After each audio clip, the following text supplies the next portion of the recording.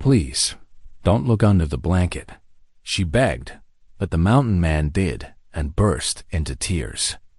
In the dead of winter, high in the Colorado mountains, a lonely frontiersman finds a half-frozen Apache woman on his doorstep.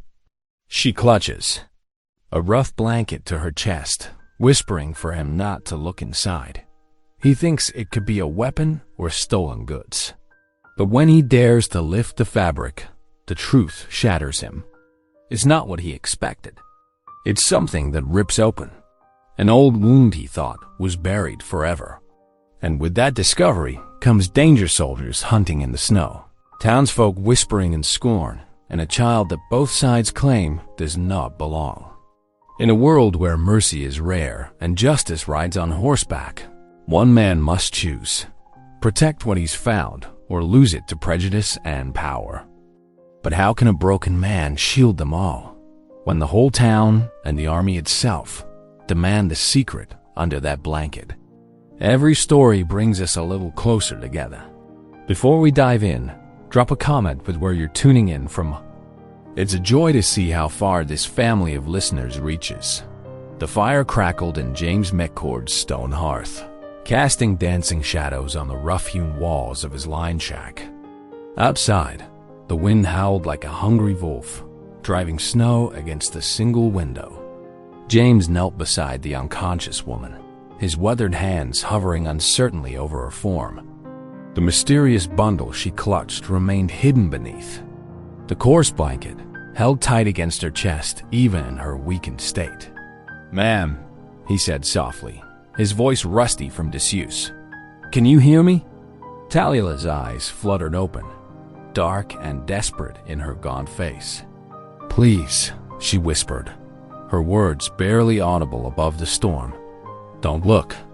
James ladled more broth from the pot hanging over the fire. The savory steam rose between them, carrying the simple scent of rabbit and wild onions. "Need to get some warmth in you," he murmured, supporting her head with one calloused palm. "Ain't natural, being out in weather like this." She accepted small sips, though her gaze never left his face.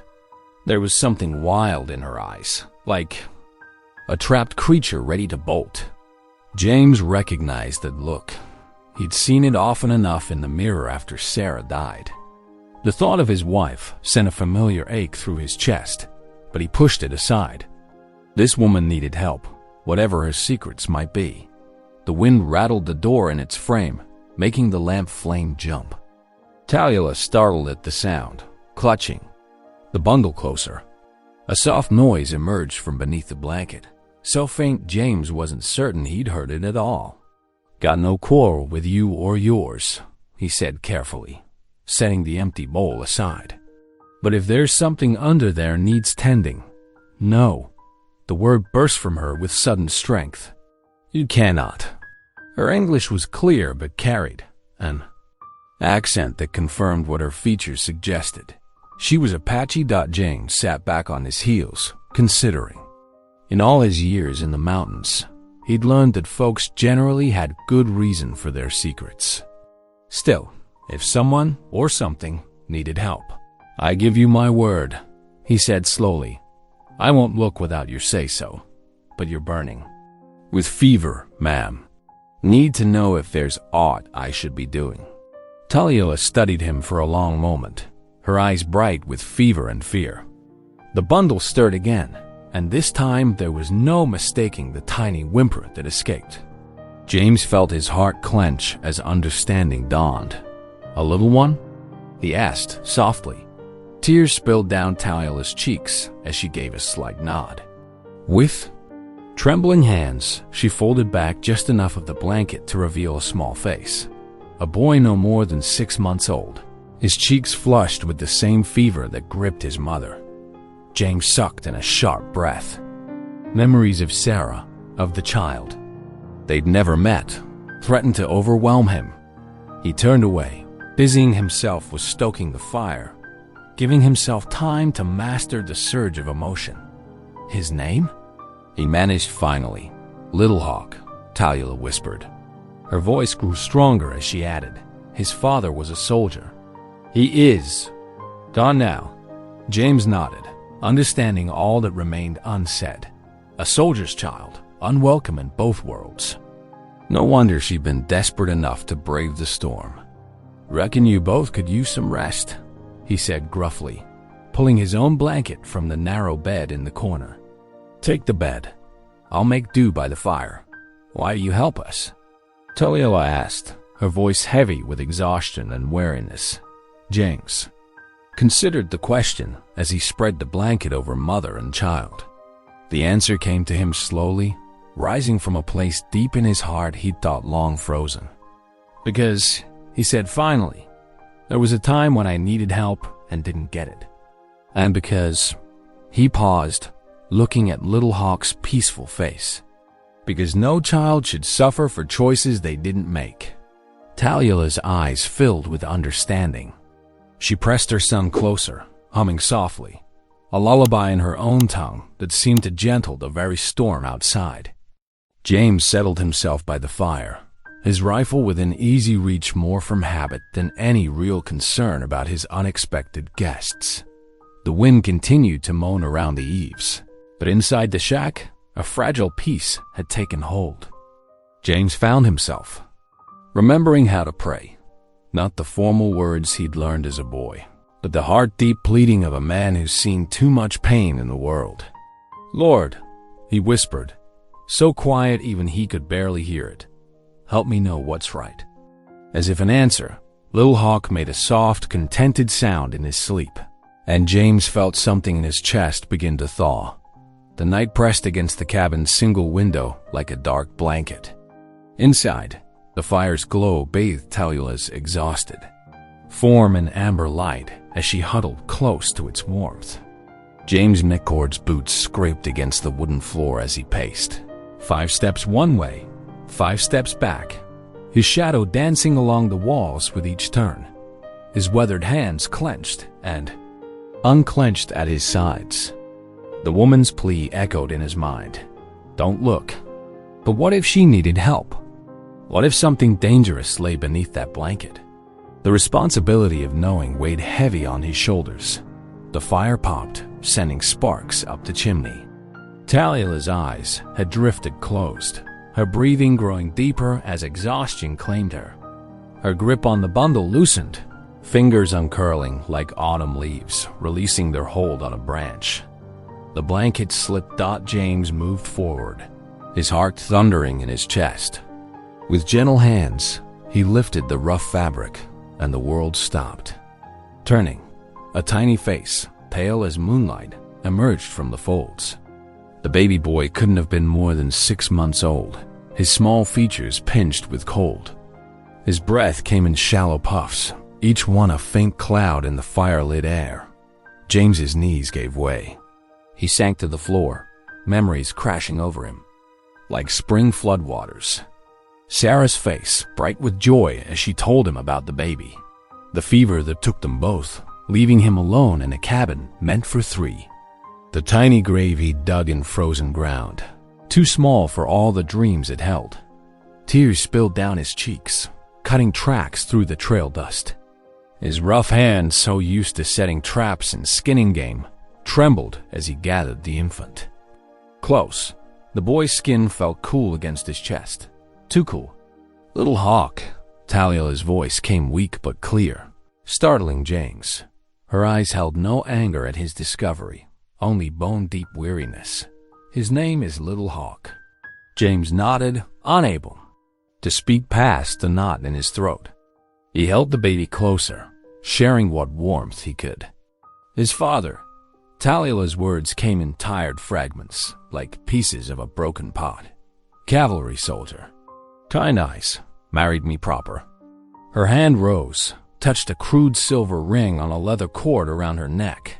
Fever took him last winter. James moved closer to the fire, keeping Little Hawk pressed to his chest. The boy stirred slightly, turning toward the warmth. My people, Taliela's voice caught, said the mixing of blood was wrong. Cast us out, her eyes filled with tears. Army men want him. Say he belongs to them, not to me. We ran, Her words faded as exhaustion finally claimed her, leaving the rest of her story untold. James sat in silence, rocking gently as he had so often imagined doing with his own child. Little Hawk needed warmth, needed food. Moving carefully, James retrieved a tin cup from his meager supplies. The goat he kept for milk grazed in a lean-to beside the cabin, a luxury he'd allowed himself after too many meals of jerky and coffee. He filled the cup with fresh milk, holding it near the fire until it warmed. Feeding a baby required more patience than tracking elk, he discovered. Most of the milk ended up on the blanket he draped over his shoulder, but Little Hawk managed to swallow some, his tiny throat working as he drank.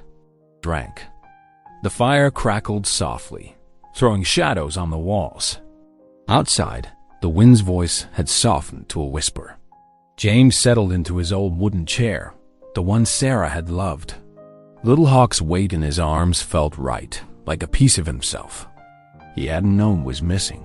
Words rose to his lips, a prayer he hadn't spoken since the day he'd buried his family. "Lord," he whispered, his voice rough with disuse, "watch over this little one, and," he glanced at Talila's sleeping form, "guide me in what's right." Little Hawk made a small sound, somewhere between a sigh and a coo. His tiny hand found James's finger and held on, trusting and innocent. James felt something shift inside his chest, like ice breaking up on a spring river. The tears came again, but these felt different, not the bitter tears of loss, but something cleaner, like rain washing away winter's grime. He began to hum, soft and low, a hymn Sarah used to sing. The tune was rusty from years of silence, but it came back to him, note by note, filling the cabin with its gentle melody as the night deepened around them. Dawn crept over the mountains in shades of pewter, the storm clouds still heavy with unspent snow. James McCord woke before first light, his joints stiff from sleeping in the wooden chair. Little Hawk and Talila still slept near the dying fire. The woman's arm curved protectively around her child even in sleep. James eased outside, his boots crunching in fresh snow. The familiar weight of his axe settled in his hands as he approached the woodpile. Each swing and crack of splitting wood helped quiet his troubled mind. The rhythm of the work warmed his muscles, sending puffs of steam into the frigid air. Inside the cabin, movement caught his eye through the window. Talila had risen, her dark eyes darting around the unfamiliar space. She clutched Little Hawk close, watching James through the frosted glass with the wariness of a deer at a waterhole. James shouldered the splitwood and carried it inside. "Morning," he said softly, trying to put her at ease. He set the wood beside the hearth and stirred the coals back to life. Talila remained tense, but her voice was steady. "You are kind to us," she said, the words careful and measured. "But you should know why we run." James added wood to the fire, saying nothing, letting her speak in her own time. "Thomas, my husband, he was cavalry scout." Her fingers touched the silver ring at her throat. He saw both sides of the fighting. When orders came to lead soldiers to Apache camps, he refused. Her voice caught. Said he would not betray families, women, children. James's hands stilled on the poker. He had heard such stories before. Good men caught between duty and conscience. His own unit? Talila's words faltered. They shot him. Said he was traitor. Little Hawk stirred in her arms, and she gentled him with a soft sound. Now his people say my son is enemy child. My people say he is too much white. No place for. Uzdin stood slowly, careful not to make sudden moves. "Reckon you can rest here a spell," he said. "Ain't much, but it's warm." Relief softened her features, though caution remained in her eyes. James busied himself with breakfast, mixing flour and water for biscuits, setting them to bake in the Dutch oven. He pulled dried venison from his stores, offering her a share as they ate. He showed her the simple workings of his cabin. Snow melts clean in this pot by the fire, he explained. Tools hang there on those pegs. Ain't much, but they serve. Little Hawk fussed, hungry again. James watched as Talia fed him, her movements gentle despite her obvious exhaustion. The boy's tiny fingers curled around her thumb, trusting and innocent. The short winter day began to fade, shadows lengthening across the snow. James was banking the fire when he heard it, faint sounds carrying through the evening stillness. His spine stiffened. Lantern light flickered across the ridge, moving with purpose. One light, then three more, spread out in a search pattern he recognized from his own days of tracking. The disciplined movement could only mean one thing: cavalry patrol. Talia saw it too. Fear drained the color from her face as she gathered the Little Hawk closer. They come, she whispered. James moved quickly but quietly, snuffing the lamp and damping the fire until only the faintest glow remained. His Winchester rifle hung over the mantel, well-oiled and trusted. He lifted it down, checking the action. With practiced hands, the cabin suddenly felt very small. One room, two windows, a door that wouldn't hold against determined men. Outside, the snow lay deep and unbroken. No way to run without leaving clear tracks for any tracker to follow. Talia stood in the shadows, Little Hawk bundled tight against her chest. Her eyes met James's, sharing the same knowledge. They were trapped. The patrol would reach the cabin before dawn. James positioned himself near the window, rifle ready but hidden from outside view. His thoughts raced like spring meltwater. The cavalry would have questions about the woman and child in his cabin, his reputation as a loner, his known history of keeping to himself. None of that would matter once they found who he was harboring. The lanterns drew closer, their glow strengthening on the ridge. Soon they would see the smoke from his chimney, the sign of life in this lonely place. James felt the weight of responsibility settle on his shoulders like a heavy pack. These two souls had trusted him with their lives. Now he would have to decide how far he would go to protect them. The cabin waited in darkness, every creak of settling wood loud in the tense silence. Outside, the storm clouds pressed low, promising more snow, while across the ridge, the lights continued their steady advance. The knock shattered the midnight silence like a gunshot. 3 hard fists pounded against the wooden door, making the hinges rattle. Harsh voices cut through the howling wind. "Open up, United States Cavalry." James gripped his Winchester tighter, the familiar wood smooth against his calloused palms. His finger rested near the trigger, not on it. Talia touched his arm, her eyes wide in the dying firelight. "Please," she whispered. "No blood, not for us." Little Hawk stirred against her chest, making tiny sounds of distress at the noise. James hesitated, then nodded. "There's loose planks under the bed," he murmured. "Built it as a cache for furs. Tight fit, but it'll have to do." Talia didn't waste time with words. She slipped beneath the crude bed frame while James pried up the wooden slats with his knife. The space below was shallow, but long enough for a woman and child to lie flat. The pounding on the door grew more insistent. "Last warning! Open up or we break it down." James helped Talia settle into the narrow space, passing her a folded blanket. To cushion Little Hawk, the baby, as if sensing the danger, remained eerily quiet. James replaced the planks, making sure they lay even, then kicked his bearskin rug over the spot. "Coming!" he called out gruffly, moving to the door. He cracked. It opened just enough to reveal 3 figures in snow-dusted uniforms. 2 privates with carbines stood behind a lieutenant whose brass buttons gleamed dully in the darkness. "Lieutenant Carver," the officer announced, shouldering past James into the cabin. "We're searching for an Apache woman traveling with an infant." Deserter squaw. Seen anyone matching that description? The two privates followed their officer inside, stamping snow from their boots. Their eyes roamed the cabin's single room, taking in the sparse furnishings, the banked fire, the unmade bed. James kept his voice level. Been holed up here 3 days waiting out the storm. Ain't seen nobody. He reached for a clay jug on the shelf. Might as well warm yourself some, since you're here. Ain't much, but it burns going down.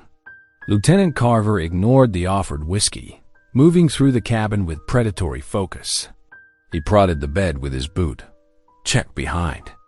The stove peered into the root cellar. The privates accepted James's jug, passing it between them.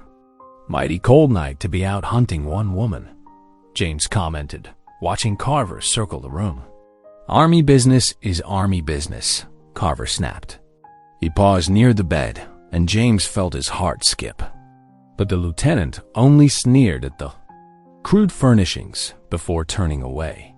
We'll be back at dawn, Carver announced. If I find you've been lying. He let the threat hang unfinished in the air. The soldiers filed out, taking James's jug with them. He waited until their lanterns were distant specks before lifting the floorboards. Tallulah emerged shakily, Little Hawk clutched tight against her. The baby's face was red from the stuffy space, but he hadn't made a sound. They'll bring more men at sunrise, James said, helping them up. We can't stay here. Where can we go? Tallulah asked. Snow is deep. They will track us. James moved quickly around the cabin, gathering supplies. Got an old mule in the lean-to. We'll rig a sled, pile it with blankets, head down toward town while the storm's still building. He stuffed bread and dried meat into a sack. Storm might hide our trail if we're lucky. Neither of them slept that night. James worked by lamplight, lashing together wooden planks to form a rough sled. Tallulah packed what food she could carry, wrapped Lil Hawk in layers of wool.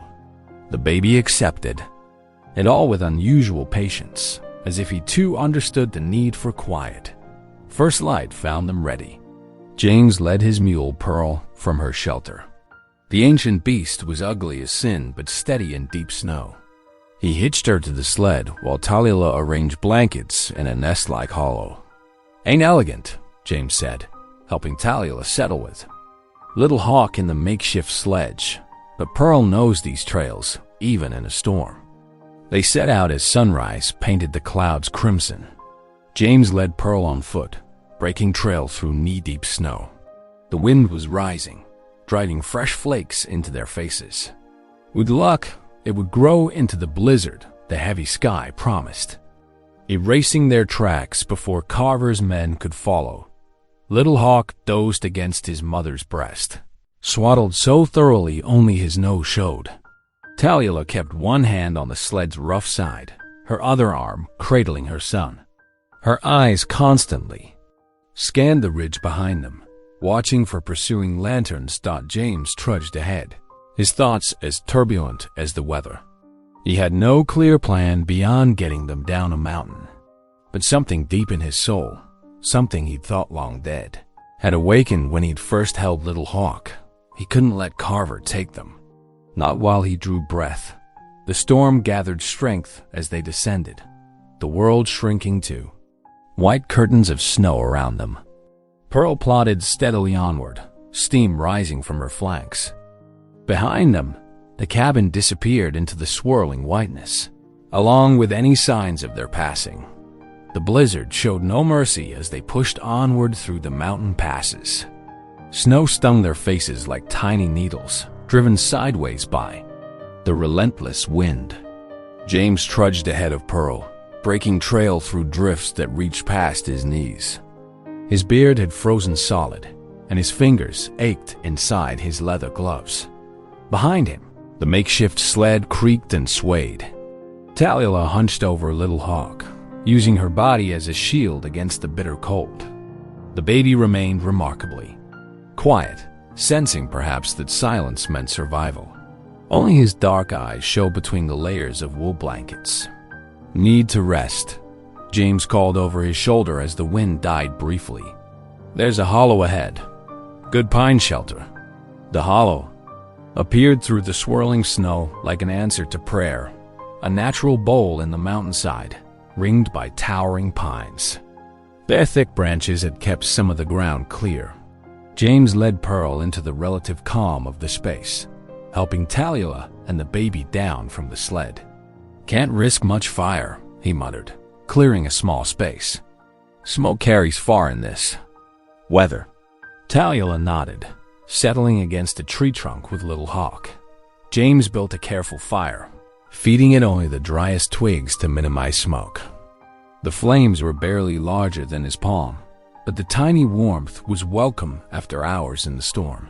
They shared strips of jerky, tough but sustaining. Little Hawk fussed quietly until Tallulah began to sing. Her voice rose soft and clear in the Apache language, a melody ancient as the mountains themselves. The lullaby floated through the hollow, weaving with the whisper of wind in the pines. James found himself transported by the song, though he couldn't understand the words. Something in the tune spoke of mothers and children, of love surviving through the darkest nights. It stirred memories of his own mother singing hymns, of his wife's voice now silent these many years. When Tallulah finished, the hollow seemed warmer somehow. They reached the edge of town the next afternoon, all three of them stumbling with exhaustion. The settlement wasn't much, just a straggle of wooden buildings with false fronts trying to look important. A white-painted church stood among them like a lonely sentinel. The livery stable sign creaked in the wind. The few people on the street stopped to stare. Women drew their shawls tighter and hurried past. Men's faces hardened as they watched James leading his mule, an Apache woman and mixed-blood child in his sled. The whispers followed them like shadows. McCord's lost his mind. Savage woman. Ought to be ashamed. James kept his eyes forward, jaw set against the muttered judgments. He tied Pearl outside the general store, helping Tallulah down. Little Hawk had begun to whimper, hungry and cold. Inside the store, the whispers grew louder. James ignored them, gathering what they needed: flour, lamp oil, matches. The storekeeper's hand shook as he wrapped their purchases, clearly wanting them gone quickly. A woman stood near the penny candy jars, watching them. Her plain dress and neat bonnet marked her as Mrs. Abernathy, the widow everyone respected for her Christian charity. She studied Tallulah and the baby with keen eyes that held no malice thought as they turned to leave. Mrs. Abernathy stepped forward. In her hands was a fresh loaf of bread, still warm from her morning baking. Without ceremony, she pressed it into Tallulah's free arm. "God sees you," she murmured, meeting Tallulah's startled gaze. "He knows every sparrow that falls." Tallulah's eyes filled with tears as she clutched the bread. "Thank you," she whispered, the English words careful and precise. They left the store quickly, before anyone could spoil the moment. James led them through deepening shadows toward the edge of town, where his cousin's abandoned barn stood weathered and gray against the darkening sky. The barn's interior smelled of old hay and mice, but its walls were solid enough. James arranged clean straw in one corner, laying blankets over it to make a bed. Tallulah settled there with Little Hawk, sharing Mrs. Abernathy's bread between them. The baby's face was smeared with crumbs as he finally fell into peaceful sleep. "Can't go back to the shack yet," James said quietly, checking that the barn doors were secure. "Too dangerous with Carver's men about." Tallulah nodded, stroking Little Hawk's dark hair. "One kind heart," she said softly. "Even here, one kind heart." Outside, the wind moaned through empty streets as night settled over the little town. Inside the barn, three unlikely companions huddled close, sharing warmth and what comfort they could find in being together. Dawn broke cold and clear over the barn.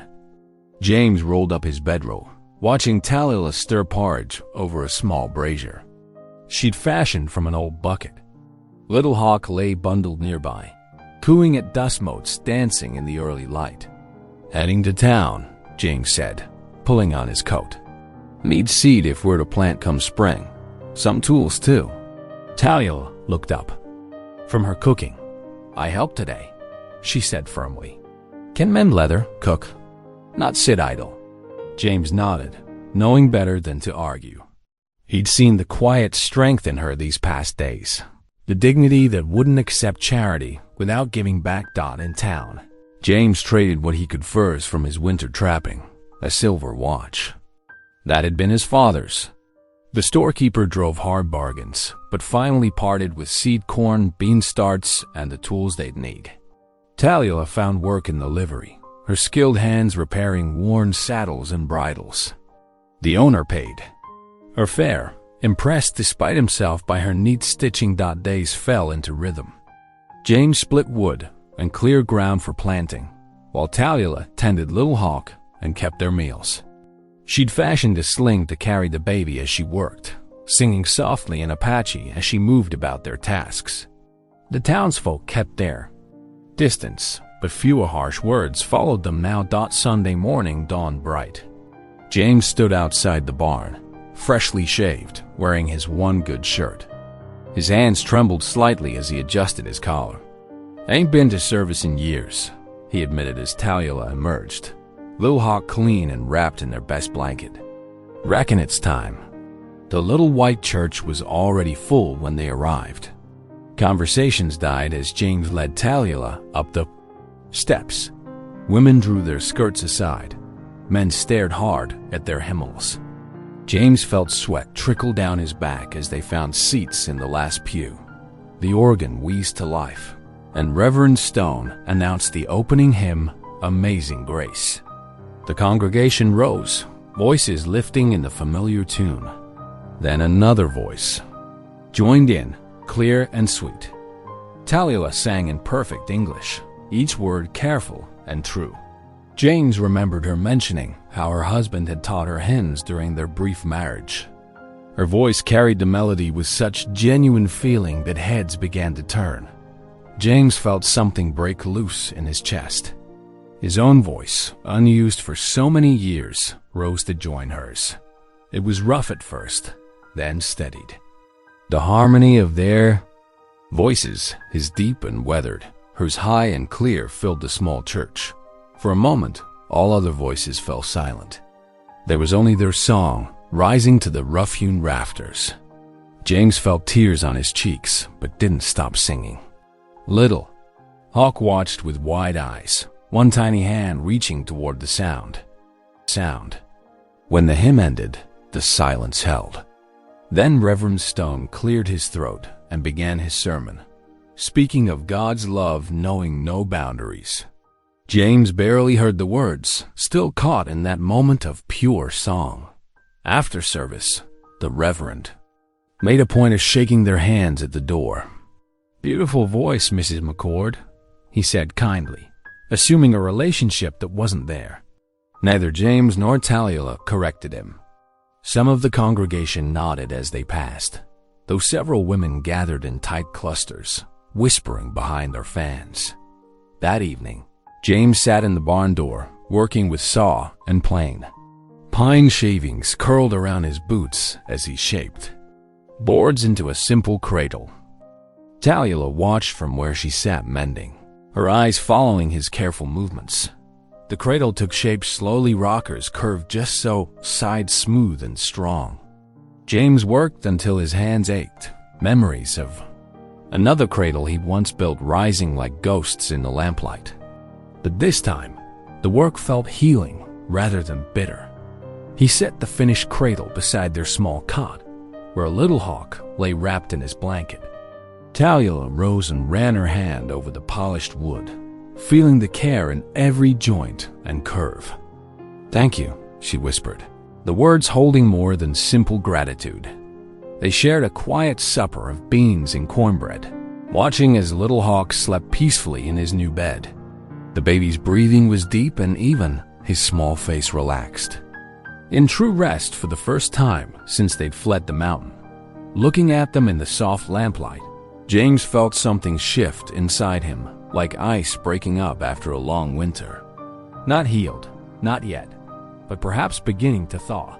The midnight air hung still and brittle. Inside the barn, James dozed in his chair while Taliela hummed softly to Little Hawk, the new cradle rocking gentle beneath her hand. The peace shattered. As bootsteps crunched through frozen snow, surrounding them, lantern lights suddenly blazed through every crack in the weathered boards. James leaped to his feet as the barn door crashed open. Soldiers poured in, rifles raised, led by a lieutenant whose face seemed carved from stone. "Stand aside," the officer barked, his polished buttons gleaming in the lamplight. "That child is United States Army property, and this woman is wanted for theft and desertion." James planted himself between the soldiers and his makeshift family. "You're mistaken, Lieutenant. This here's a legal family unit. The boy belongs with his mother." "James McCord," the lieutenant's voice crackled with authority, "you are hereby charged as an accomplice in harboring fugitives. Move aside or face the consequences." "No." James's voice was quiet but iron hard. He saw the rifle butt coming, but couldn't dodge fast enough. It caught him across the temple, sending him stumbling. Blood trickled warm down his face.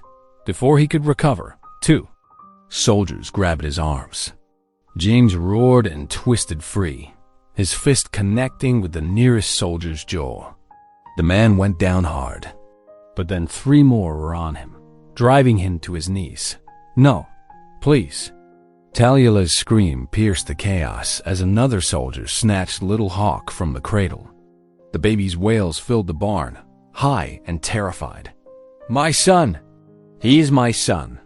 James struggled against the hands holding him, watching helplessly as they shackled his wrists. The iron bit cold into his skin. More blood dripped into his eyes as they hauled him to his feet. Taliela lunged toward the lieutenant, clutching at his wool coat with desperate hands. "I have papers. He is legitimate, my husband's son." The officer shoved her roughly aside. She crashed into the wall, sliding down to land hard on the packed earth floor. Little Hawk's cries grew fainter as they carried him out into the night. "Get him to the jail," the lieutenant ordered, nodding at James. "We'll sort out his court-martial." In the morning, the soldiers dragged James through the frozen streets, his boots leaving stumbling tracks in the snow. Each step sent pain shooting through his head. Townsfolk peered from darkened windows, drawn by the commotion but unwilling to interfere. They threw him into the town's small jail, a single cell with iron bars and a dirt floor. His head struck the wall as they pushed him inside. "Enjoy your night, McCord," one soldier sneered. "Obstructing justice is a serious charge in Army court. Might be joining your Apache friend in the territorial prison." The cell door clanged shut. Their boot steps faded, leaving James alone in the frigid darkness. He pressed his face against the cold bars, straining to hear any sound of Taliela or the baby in the night beyond dot out in the bitter cold. Taliela staggered through the empty streets. Her ribs ached where she'd hit the wall, but she barely felt it. Her trembling hands clutched the wrinkled paper she'd kept safe through all their running. Her marriage certificate, signed by the fort chaplain and her husband before his death. The document was worn thin at the folds, torn at one corner, but still legible. The Army's own seal marked it as official. It was her last hope, the only proof that Little Hawk was born in legitimate marriage to a United States cavalry scout. She stumbled on, one hand pressed against her side, following the direction they'd taken her son. Her tears froze on her cheeks in the icy air. Somewhere in the distance, she could still hear his crying, growing fainter with each step she took. The sound of her baby's wails drove her forward through the darkness, though her legs shook with exhaustion and fear. The marriage certificate crumpled in her desperate grip as she pressed on, knowing this fragile piece of paper might be all that stood between her family's survival and complete destruction. Behind her in his cell, James slumped against the bars, blood drying on his face. listening to the empty night. The peace they'd built, as delicate as morning frost, had shattered like thin ice beneath their feet. Now all that remained was the cold, the dark, and the echoing absence of a baby's cry. The night wind whistled through the jail's small window, carrying ice-sharp fingers of cold. James huddled in the corner of his cell, his head throbbing where the rifle butt had struck. The shackles had left his wrists raw and bleeding, but that pain was nothing compared to the ache in his heart in the darkness. He could still hear Little Hawk's terrified cries echoing in his mind. The sound brought him to his knees on the dirt floor, hands clasped tight despite the bite of iron.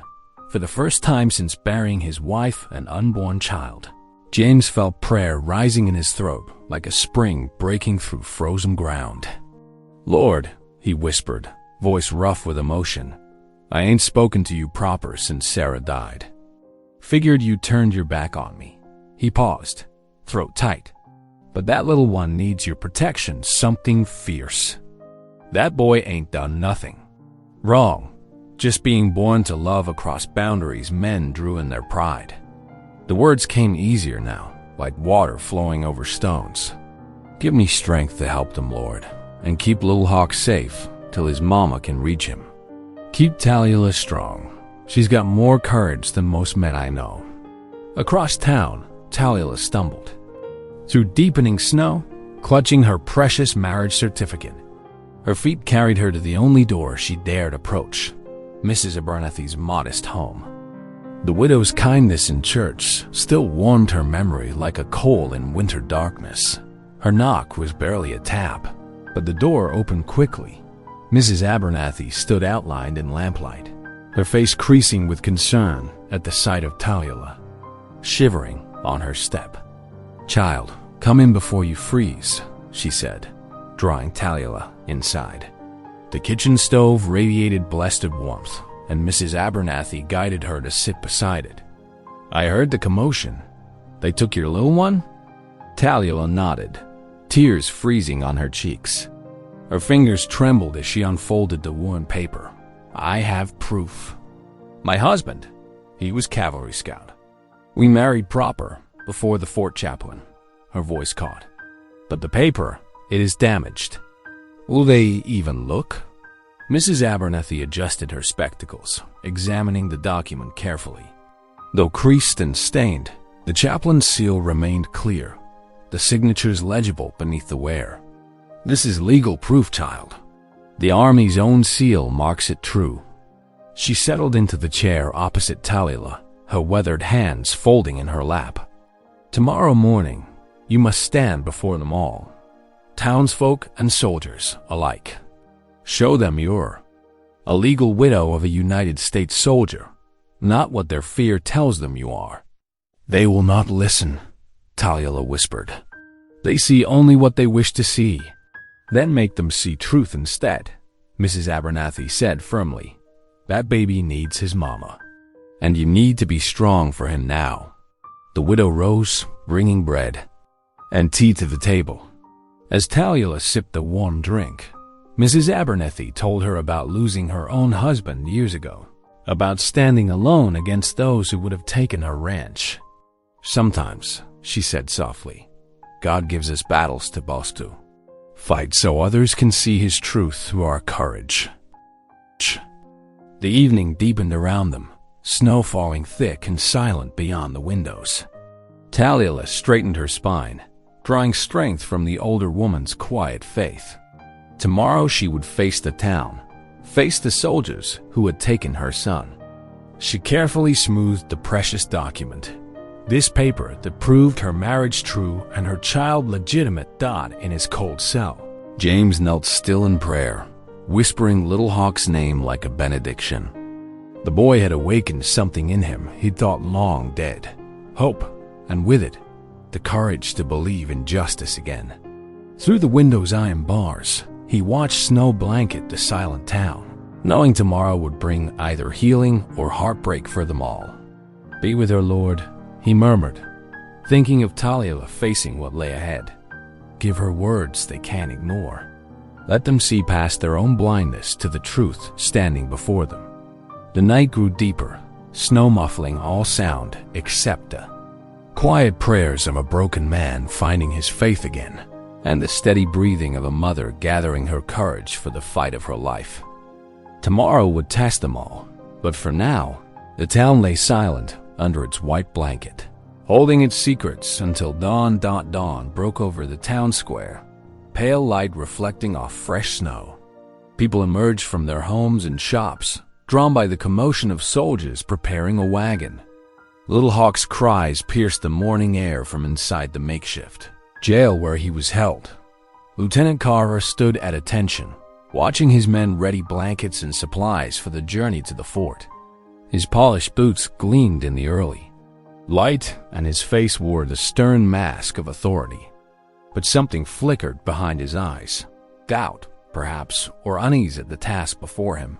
The crowd grew, their breath forming clouds in the cold air. Women pulled shawls tight. Men shifted from foot to foot, all watching as the drama unfolded. Their whispers carried across the square like dry leaves in wind. Talula appeared at the edge of the gathering, her face pale but composed. Mrs. Abernathy walked beside her, head high despite the disapproving stares. Talula's fingers clutched a worn piece of paper, protecting it beneath her shawl from the morning dampness. She moved forward through the parting crowd, her steps steady despite her trembling hands. When she reached the center of the square, she lifted her chin and spoke, her voice carrying clear across the sudden hush. "My husband was United States Cavalry Scout Thomas Reed," she declared. "We married proper, before God and witnesses." She held up the paper, its edges ragged, but its official seal still visible. "This proves our union was blessed by law and church both." A murmur rippled through the crowd. Someone called out, "Squaw lies." Others took up the cry, their voices harsh with scorn. But Mrs. Abernathy stepped forward, her gray head unbowed. "I stand witness to this woman's dignity," she announced.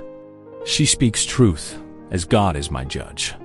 Talula's hands trembled as she raised the document higher, turning so the morning light caught the chaplain's seal. The red wax gleamed, its official markings clear despite the paper's wear.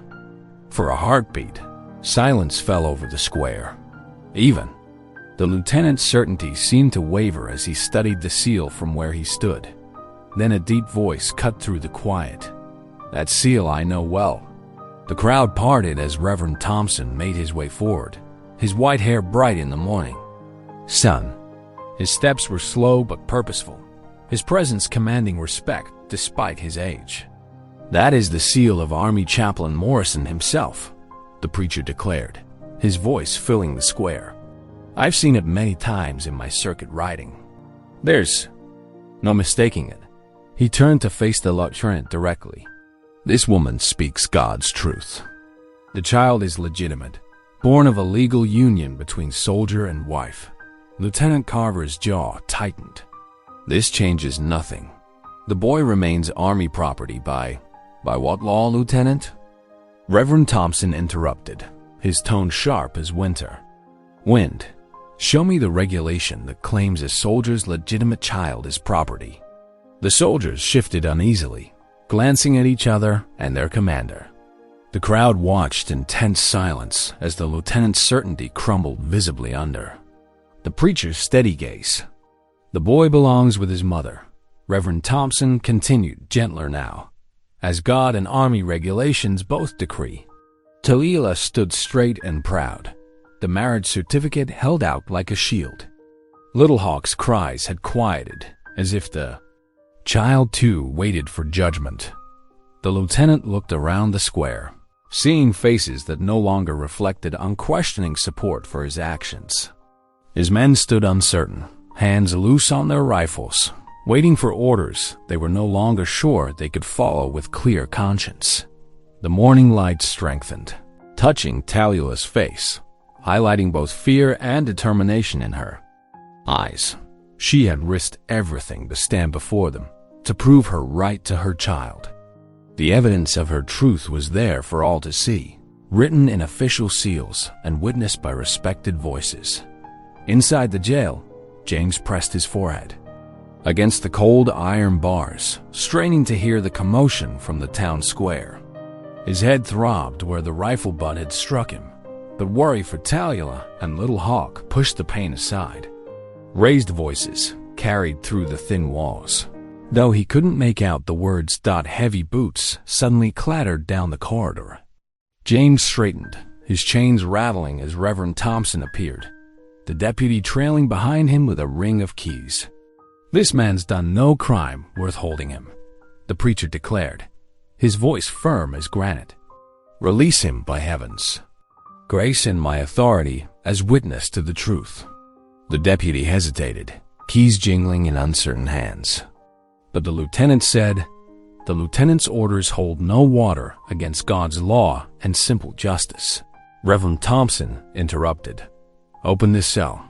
Metal scraped against metal as the key turned. James stumbled out, his legs stiff from the cold floor.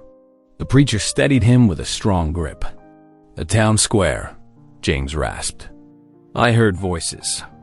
"Tallulah stands defending her child," Reverend Thompson said. "Come quickly." They hurried through the jail's narrow halls, James's chains finally falling, away as they emerged into the morning light. His eyes found the crowd immediately, zeroing in on Tallulah's straight figure at its center. The lieutenant stood rigid nearby, Little Hawk clutched possessively in his arms. James pushed through the gathered townspeople, ignoring their startled looks at his bruised face and torn clothes. His voice broke as he called out, "That child ain't property of any government." The crowd parted as he approached. Blood trickled from his split lip, but his words rang clear across the square. "That boy's family to me now, my family." Lieutenant Carver's face twisted. "You have no claim. I claim them by love," James cut in, moving to stand beside Tallulah. "By the same heart that knows right from wrong. By the grace that teaches us to protect the helpless, not steal them from their mother's arms." "Reverend." Thompson stepped forward, raising his worn Bible high above his head. Sunlight caught the gilt edges of its pages as his deep voice rolled out across the square. "Here stands God's holy word, which teaches us that he does not ordain the tearing of children from their mother's breast. What man dares claim authority above divine law?" The gathered townsfolk shifted, faces that had shown scorn now registering doubt. They looked between the lieutenant's rigid stance and Tallulah's trembling dignity, between James's passionate defense and the preacher's moral certainty. Mrs. Abernathy's voice suddenly rang out, clear as a church bell. "Shame. Shame on men who steal babes from their mother's arms." Her words seemed to break a dam of silence. Other voices joined hers, first in whispers, then gaining strength. "Let the child stay. It ain't right taking a baby. The mother has proof of marriage." The lieutenant's men exchanged uneasy glances, their rifles lowering slightly. They had come expecting to enforce order against lawlessness, not to stand against mothers and preachers, marriage certificates and Bible verses. Lieutenant Carver looked around the square, seeing his authority crumbling like spring snow. His face flushed red, jaw working as he struggled with his pride. Finally, with a curse, he thrust Little Hawk roughly toward Tallulah. She caught her son with a cry of relief, clutching him close. The baby's wails turned to happy gurgles as he recognized his mother's embrace. James fell to his knees in the snow. Beside them, tears streaming freely down his weathered cheeks. His strong arms encircled them both, drawing them close against his chest. Tallulah leaned into his embrace, her own tears falling as she whispered words of gratitude and mixed Apache and English. The morning sun broke fully through the clouds, catching the small family in its golden light. Mrs. Abernathy stepped forward, laying a gentle hand on Tallulah's shoulder. Reverend Thompson stood nearby, Bible now cradled in his arms, watching with quiet satisfaction as the lieutenant and his men withdrew from the square. The townspeople began to disperse, but something had shifted in their faces. Where there had been suspicion, now glimmers of understanding showed. Where there had been hatred, seeds of acceptance had been planted. James didn't notice them leaving. His whole world had narrowed to the woman and child in his arms, to the miracle of having a family once again. Little Hawk's small hand clutched his rough finger, and James felt his heart, so long frozen in grief, thaw completely in the warmth of love restored. The soldiers retreated from the town square, their boots crunching heavily in the snow. Townspeople jeered and called after them, their voices rising with newfound courage. Lieutenant Carver twisted in his saddle, his face dark with fury. "This matter isn't finished," he spat. "The army doesn't forget insubordination." His horse wheeled around, spraying snow as he spurted after his men. James barely heard the threat. He cradled Little Hawk in his arms, rocking the infant with natural tenderness that belied his rough exterior. The baby's tiny fingers curled around the edge of the blanket, his eyes bright and content. Each small movement, each quiet coo, filled James's heart with a warmth he'd thought forever lost. The crowd began dispersing, drifting back to their shops and homes. Some nodded to James as they passed, while others offered quiet words of support to Tallulah. The morning's confrontation had changed something in them. Where there had been suspicion, now lay the first tender shoots of acceptance dot as the square emptied. Tallulah's strength finally gave way. Her legs buckled, and she collapsed against James's chest, her shoulders shaking with deep, racking sobs. James shifted Little Hawk to one arm and held her close with the other, his calloused hand stroking her hair. "It's over now," he murmured. "You're safe, both of you." Mrs. Abernathy approached them, her kind face creased with concern. "You can't go back to that drafty barn, and your shack needs proper fixing before it's fit for a baby." She adjusted her shawl, straightening her shoulders. "My house is small, but there's room enough. You'll stay with me until things are settled." James started to protest, but the widow held up her hand. "The good book says to shelter those in need. I aim to do just that." The walk to Mrs. Abernathy's modest home was short, but James felt every step in his battered body. The rifle blow had left him with aching ribs, and his wrists were raw from the shackles. Still, he refused to let anyone else carry Little Hawk. Inside, the house was warm and smelled of fresh-baked bread. Mrs. Abernathy bustled about, stoking the fire and pulling extra quilts from a cedar chest. She settled them in her small parlor, where James's pine cradle, rescued from the barn, fit perfectly beside the hearth dot as evening drew near. Savory aromas filled the house. Mrs. Abernathy worked at her cast-iron stove, stirring a pot of thick beef stew and sliding a pan of golden cornbread onto the counter to cool.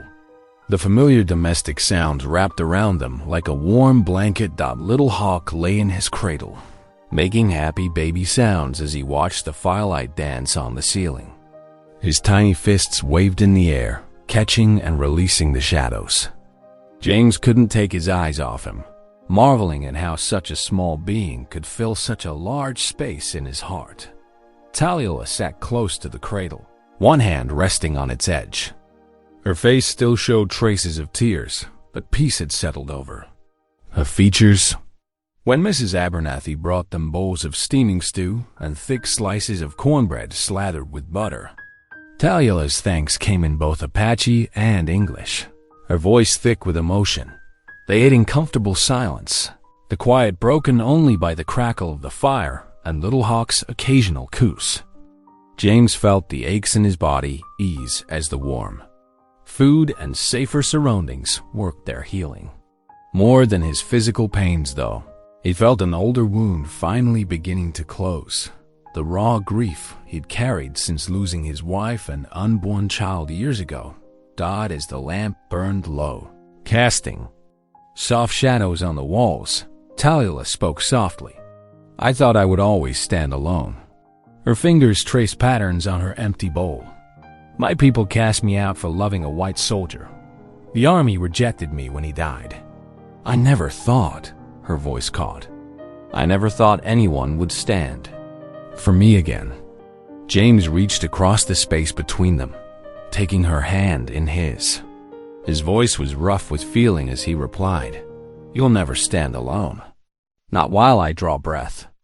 The words hung in the lamplight, a promise as solid as the mountains themselves. Mrs. Abernathy quietly wiped her eyes with her apron as she cleared the dishes, her own heart full at witnessing love and family being rebuilt from broken pieces. Little Hawk slept peacefully in his cradle, unaware of the day's battles fought for his sake. James watched the infant's chest rise and fall, each breath a reminder of life's persistence, of hope's ability to bloom even in winter's depths. For the first time since he'd buried his wife, real peace settled in his soul. Not the numb acceptance he'd lived with for years, but true, warming peace that came from having a family to love again. The days following their confrontation with the army brought gradual changes to the town's attitude.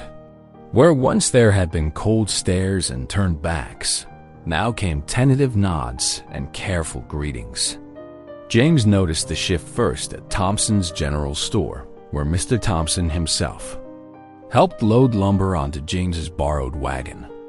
"Folks been talking," Thompson said, hefting a pine board. "Reckon that line shack of yours needs proper walls for winter." He paused, then added a box of nails to the pile. "No charge for these." Word spread through the small community, and soon, others appeared at Mrs. Abernathy's door. Some brought tools, others offered labor. Even those who still kept their distance seemed to soften, their judgment giving way to curiosity. James worked steadily, his bruises fading as he rebuilt his mountain home. The familiar rhythm of hammer and saw helped ease his mind. Local men, led by the preacher's example, began showing up to help. They worked in companionable silence at first, but gradually stories and jokes started flowing. Reverend Thompson visited often, his presence a shield against lingering prejudice. One afternoon, he sat with James on Mrs. Abernathy's porch, watching children from his congregation peek around the corner of the house. "The town's changing," the preacher said, his deep voice certain. "Hearts are opening. God's work, if you ask me." As if proving his words, 3 small children darted forward, clutching wooden toys.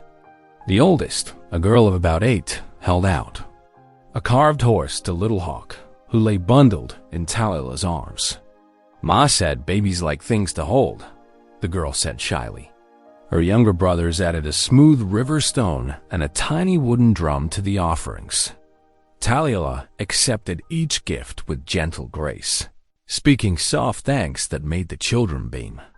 They lingered, fascinated by Little Hawk's dark eyes and reaching hands. Inside Mrs. Abernathy's kitchen, new bridges formed over shared meals and tasks. Talila showed the widow how to grind corn using smooth stones, the way her mother had taught her. The traditional method produced flour finer than any mill, and soon the scent of fresh cornbread filled the house daily. My Thomas would have loved this, Mrs. Abernathy said one morning, kneading dough with flour-covered hands. She spoke of her late husband often now, sharing memories that had long been locked away in grief. Her son, Daniel, returned from his cattle drive and took to visiting. In the evenings, he sat spellbound as James shared tales of mountain life, tracking elk through deep snow, reading weather in the clouds, surviving encounters with bears and mountain lions. "Reckon you could teach me some of that tracking?" Daniel asked one night. James found himself nodding, a smile tugging at his beard. He couldn't remember the last time he'd smiled so easily. The house settled into new rhythms. Mrs. Abernathy hummed as she worked, her voice carrying through rooms once too quiet. Little Hawk grew stronger daily, his laugh bright as spring water. Even James's nightmares of loss began to fade, replaced by dreams of tomorrow. One evening, as sunset painted the snow-covered mountains gold, Talila began singing softly. It was the hymn her soldier husband had taught her, Amazing Grace, in careful English. The melody carried memories of love that had bridged two worlds, now building new bridges in its echo. James recognized the tune. His own voice, unused to singing since his wife's death, joined hesitantly. The harmony warmed him like summer sun on stone. Mrs. Abernathy looked up from her mending, tears gleaming in her eyes. Her clear soprano wove between their voices, adding depth and sweetness to the song. Little Hawk cooed from his cradle, tiny hands reaching toward the music. The three voices filled the house, each carrying its own story of loss and hope. Apache, wisdom, mountain solitude, and widow's faith blended into something new and beautiful. The song ended, but its warmth remained, wrapping around them like a quilt stitched from different cloths, but equally strong. Outside, a few townspeople had paused on the street, drawn by the unusual sound. They stood listening, their faces thoughtful. Someone whispered, "Ain't that a sight?" And another answered, "Reckon it is." The moment carried no grand declarations or dramatic changes. Instead, it marked one of many small steps, a shared song, a offered toy, a helping hand with lumber that slowly bridged the chasms between people. In Mrs. Abernathy's warm kitchen, surrounded by new family and tentative acceptance, those bridges grew stronger with each passing day. The mountain winds whispered through fresh-cut pine as James led the mule-drawn wagon up the familiar trail to his line shack. Talila sat beside him, Little Hawk bundled warm against her chest. The cabin rose before them, transformed from its rough beginnings. New boards gleamed in the winter sun, and a proper stone chimney reached skyward, trailing wood smoke like a welcome banner. James helped Talila down from the wagon, his calloused hand gentle around hers. Together they stood, taking in their home. The walls were straight and true now, chinked tight against the cold. A real door hung on iron hinges, replacing the old leather flap. Windows, donated by Mrs. Abernathy, caught the afternoon light. "Reckon it's time," James said softly, lifting their few belongings from the wagon bed. Inside, the single room held the warmth of the hearth fire. James had scrubbed every surface, laid fresh planks for the floor, and built sturdy shelves along the walls. The wooden cradle he'd carved stood in pride of place beside the fireplace, lined with soft quilts from the church ladies. Talila moved through the space, touching each new addition with wondering fingers. Her eyes lingered on the small cross James had carved, its simple lines speaking of hours of patient work. Without a word, he lifted it and hung it above the doorframe, a blessing and protection for all who entered. From her shawl, Talila drew out the carved box James had made during the long evenings at Mrs. Abernathy's. Its lid bore running horses and rising suns, patterns that spoke of both their traditions. With reverent care, she unfolded her soldier husband's marriage certificate. The paper was worn at its creases, stained by travel and tears, but the army chaplain's seal remained clear, their shield against hatred and doubt. She placed it in the box and set it near Little Hawk's cradle, a testament to truth defended and honor preserved. The afternoon light slanted golden through the windows as Talila stirred a pot of bean soup, adding herbs she dried from Mrs. Abernathy's garden. Little Hawk watched from his cradle, cooing at the shadows cast by the fire. James sat in his chair, whittling a small wooden horse, his eyes soft as he gazed at the child. "Come spring," he said, breaking their comfortable silence, "I'll teach him to fish in the creek yonder." His voice grew stronger with each word, painting pictures of the future. "Show him how to read the weather in the clouds, like my pay taught me. He'll learn to ride Old Blue here." He nodded toward the mule's storage shed, though he might need a gentler mount when he's bigger. Talila wiped tears from her cheeks, smiling as James continued. He'll know your people's songs, the old stories you carry, and he'll learn frontier prayers too, if you're willing. Reckon a boy needs all the wisdom he can get in this world. Yes, Talila whispered, her heart full. All of it. All of us. As the soup simmered, they bowed their heads together beside the cradle. James's rough voice joined Talila's gentle one, asking God's blessing on their unusual family, on the pain that had brought them together, and on the hope that now bound them as one. Little Hawk reached up, catching their joined hands in his tiny grip, as if adding his own prayer to theirs.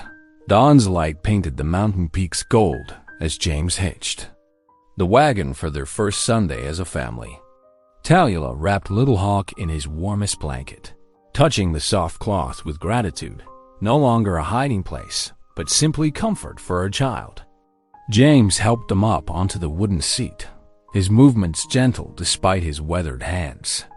The little church stood white against the blue morning sky, its bell calling faithful souls to worship. As their wagon approached, conversations on the steps fell quiet. James squared his shoulders, helping Talila down with deliberate care. Together they walked toward the door, Little Hawk nestled in his mother's arms. Inside, morning sun streamed through plain glass windows, casting rainbow patterns across rough-hewn pews. The congregation watched in hushed silence as James guided his family down the narrow aisle. Mrs. Abernathy offered a warm smile from her usual seat, and a few others nodded cautiously. Reverend Thompson stepped down from the pulpit, his white hair gleaming in the sunlight. His weathered face creased with joy as he beckoned them forward. "Come," he said, voice carrying to every corner, "and let us welcome this family before God." Talila knelt at the altar rail, her dark hair falling forward as she bowed her head. Little Hawk reached up, touching the sunbeams with curious fingers. James stood behind them, placing one rough hand on Talila's shoulder, the other hovering protectively over his son. "Lord," Reverend Thompson prayed, "bless this family forged in your mercy. Guard them as they walk your path together." His voice grew stronger, filling the small church. "Let their love be a testament to your grace, their home a sanctuary of peace." Little Hawk gurgled happily, his clear laughter echoing off the wooden walls. A few children giggled in response, breaking the solemn mood. James felt tears tracking down his cheeks, unashamed throughout the congregation. Other eyes grew damp. Even those who had turned away before found themselves moved by the sight of love overcoming fear, a family born from compassion. After the final hymn, several children crept forward, drawn by Little Hawk's bright eyes. A small girl reached out, touching his tiny hand with wonder. Talila's smile bloomed, free at last from shadow and doubt. Outside, snow sparkled on distant peaks as families gathered to share news and greetings. James cradled Little Hawk for a moment, his voice rough with emotion. "You're safe now, little one," he whispered against the baby's soft hair. "No more hiding under blankets, not while I draw breath." Talila leaned into his side, her heart full as she watched their neighbors approach with cautious welcome in their eyes. The morning air felt clean and new, carrying the scent of pine and possibility. Their path forward lay clear before them, built on faith, mercy, and the unshakable bonds of chosen family. If this story made you pause, reflect, or even smile, don't forget to subscribe. I post daily, and the next story might be exactly what you need to hear.